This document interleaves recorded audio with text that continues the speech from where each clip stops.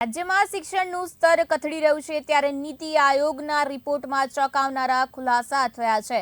ગુજરાત સરકારના શિક્ષણના બળંગા ફૂટી રહ્યા છે અને શિક્ષણ નીતિ નક્કી કરવામાં આવે છે કે શિક્ષણ ક્ષેત્રે ક્યાં પહોંચી શક્યા છે અને વર્ષ 2018 સુધી ફ્રન્ટ રનર શિક્ષણ હતું જે 2024 સુધીમાં પર ફ્રન્ટ્સ સુધી પહોંચી ગયું છે અને ડ્રોપ આઉટ રેશિયો 17.9% ધોરણ 9 અને 10નું ગુજરાતમાં છે। દેશમાં યુવાઓ કોલેજમાં વિદ્યાર્થીઓ 28% પ્રવેશ મેળવે છે અને ગુજરાતમાં 24% હાયર એજ્યુકેશનમાં પ્રવેશ મેળવે છે, એટલે કે 100 વિદ્યાર્થીઓએ 24 વિદ્યાર્થીઓ કોલેજમાં જાય છે અને 29 વિદ્યાર્થીઓ પર એક જ શિક્ષક ગુજરાતમાં છે।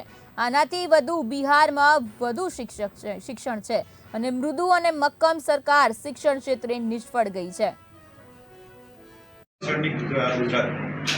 Sustainable development goal in India કરીને એક આખો નીતિ આયોગનો રિપોર્ટ છે જેમાં યુનાઇટેડ નેશન અને યુએનડીપી બધાએ ભાગ લીધો છે। આ જે રિપોર્ટ છે એમાં અલગ અલગ બિંદુઓ પર ચર્ચા કરી છે। એમાં ખાસ કરીને હું આજે આપની વચ્ચે શિક્ષણની ચર્ચા કરવા આવ્યો છું।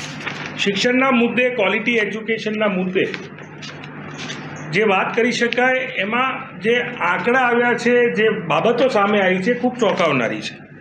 ગુજરાત રાજ્ય સમગ્ર દેશમાં શિક્ષણમાં 18મા ક્રમે છે।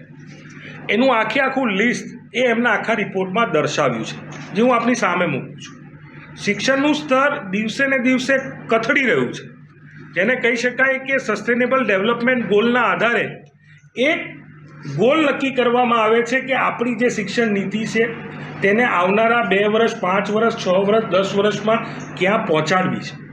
ત્યારે 2018માં જે શિક્ષણનું સ્તર આપણું, જેને કહી શકાય, આપ જોઈ શકો છો 2018નું, કે જેમાં આપણી જે સ્થિતિ હતી એ ફ્રન્ટ રનરની હતી। આપ જોશો કે ગુજરાત રાજ્યમાં ગ્રીન કરેલું છે।